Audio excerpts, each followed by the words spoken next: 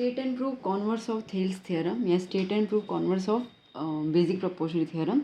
अब इसका पहले एम लिख देंगे हम लोग, ठीक है। अब एक्चुअली इसके चांसेस ज़्यादा होते नहीं हैं आने के, बट ठीक है, थोड़ा रिस्क हम ले रहे हैं इसको करने के लिए।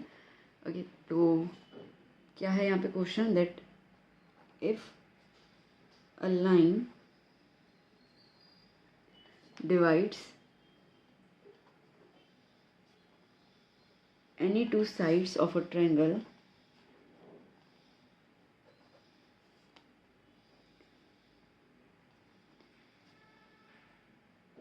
in the same ratio,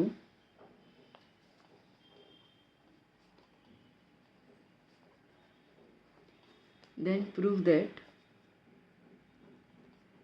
it is parallel to the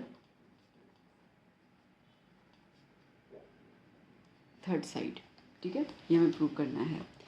सो अब यहाँ पे हम एक पहले फिगर बना लेते हैं। सो ये कह रहा है कि आपके पास ट्रायंगल ABC दिया हुआ है, and if a line divides any two sides of the triangle, और ट्रायंगल को कोई भी एक लाइन जो है वो भी डिवाइड कर रही है, लेट्स से कि DE जो है उसको डिवाइड कर रही है इन द सेम रेशियो। मतलब कॉन्वर्स का मतलब क्या है बेटा, कि अभी जो हमने BPT किया ना, उसमें हमें रेशियो में साइड्स लानी थी और ये पैरेलल दिया हुआ था। इसमें उल्टा है, ठीक है, रेशियो में दी हुई है साइड्स, जैसे मैं यहाँ पे गिवन लिख दूँ आपको क्लियर हो जाए।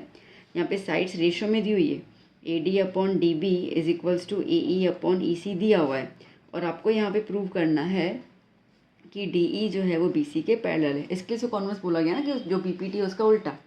ठीक है, तो अब कैसे करें इसके लिए हम लोग, देखो इसमें बेटा क्या करना है, सबसे पहले कंस्ट्रक्शन ड्रॉ कर लेते हैं। अब हम लोग ये कह रहे हैं यहाँ पे कि DE जो है, अज्यूम कर रहे हैं, ठीक है, DE जो है वो BC के पैरेलल नहीं है, DF जो है वो पैरेलल है। तो मैं एक लाइन यहाँ पे बना लेती हूँ DF, ठीक है। सो क्या लिखेंगे हम यहाँ पर, let's suppose DF is parallel to BC, not DE is parallel to BC। ठीक है, छोड़ो। Okay, suppose DF is parallel to BC, इतने लिखो, उसका कोई इतना मतलब नहीं बनता, हम अपनी सपोज कर रहे हैं। सो देयरफॉर अब इन ट्रायंगल ABC हम कह रहे हैं कि DF is parallel to BC by construction, no doubt, ठीक है, हमने ये कंस्ट्रक्शन किया है। तो अब बाय BPT थ्योरम हमें क्या सिखाया गया है, BPT थ्योरम में कि ये पैरेलल है तो ये वाली साइड से रेशियो में होंगी, है ना, तो बस वही चीज़ लेनी है। So therefore according to BPT theorem AD upon DB is equals to AF upon FC। ठीक है, AD upon DB is equals to AF upon FC, ये हमें दिया, ये हमने प्रूव किया ना। बेटा देखो, ये चीज़ तो हमें गिवन में दी हुई है। अब सुनना मेरी बात को बहुत अच्छे से, AD upon DB is equals to AE upon EC दिया हुआ है। हमने बोला कि AD upon DB is equals to AF upon FC, तो गिवन के हिसाब से ये दोनों तो सेम है, मतलब कि फिर ये दोनों भी सेम ही हो जाएंगे। ठीक है, तो वहाँ पे लिखेंगे बट, हम लिखेंगे यहाँ पे but AD upon DB is equals to AE upon EC given, ये गिवन है। सो देयरफॉर हम बोल सकते हैं that AF upon FC is equals to AE upon EC।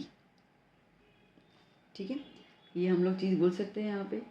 अब क्या करें, ये हो तो गया, बट अब देखो इसमें थोड़ा सा मेमोराइज़ करना पड़ेगा, और वही होगा कि हम ना इन दोनों के यहाँ पे +1 करेंगे। क्यों, अभी आपको पता चलेगा। So now adding 1, AF upon FC +1 कर दिया, AE अपॉन EC +1 कर दिया। एलसीएम ले लें तो AF plus FC upon FC, यहाँ पे AE plus EC upon EC। ठीक है, तो फिगर में देखो तो बेटा, फिगर में AF अपॉन FC का प्लस कर दो, पूरा का पूरा AC मिल रहा है, तो मैं यहाँ पे पूरा का पूरा AC लिख दूँ, AC अपॉन FC। अब सिमिलरली ये क्या है, AE प्लस EC, ये रहा AE और ये रहा EC, तो इनको प्लस कर दो, फिर मुझे EC मिल रहा है। ठीक है, तो ऊपर वाले दोनों सेम आ गए, कट कर दो, इसका मतलब क्या हो गया, इसका मतलब ये हो गया कि FC is equals to EC। अब आप सोचो, ये एफ सी और ये ई सी इक्वल है। अब ये आपको फिगर में साफ साफ दिख रहा है कि भैया एफ सी तो थोड़ा ज़्यादा मेजरमेंट है और ई सी कम है। मतलब ये अगर मैं इक्वल बोल रही हूँ, इसका मतलब ये कि जो मैंने यहाँ पे अज्यूम किया ना कि एफ जो है वो पैरेलल रहेगा, वो गलत है। वो दोनों के दोनों पॉइंट्स एक ही हैं, दोनों अलग अलग नहीं हैं। ठीक है, तो यहाँ पे हम क्या लिख देंगे, ये हमने लिख दिया। सो क्या लिखेंगे, it is possible only when E and F coincides. ठीक है, प्रूव्ड, दैट्स इट। चलिए नेक्स्ट क्वेश्चन।